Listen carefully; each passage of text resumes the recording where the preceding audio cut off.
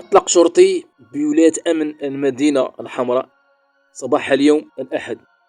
بحي الضحى أبواب مراكش التابعة لمقاطعة المنارة النار على عون السلطة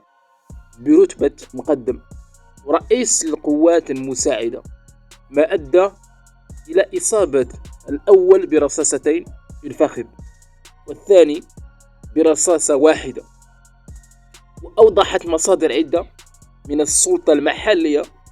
أن سبب هذا الحادث يعود إلى ضبط رجل الأمن متورط في ارتكاب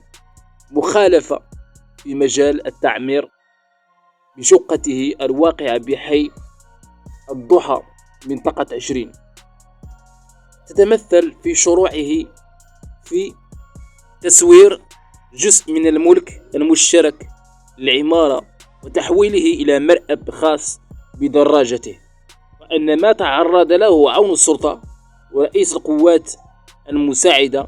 كان بسبب تدخلهما الذي يأتي في إطار التصدي لمحاربة البناء العشوائي. وأضافت المصادر ذاتها أن الحالة الصحية لعون السلطة ورئيس القوات المساعدة مستقرة، فيما لاذ رجل الأمن الذي استعمل في اعتداء السلاح الوظيفي بالفرار إلى وجهة مجهولة. أشارت مصادر عدة إلى أن هذا الحادث استنفر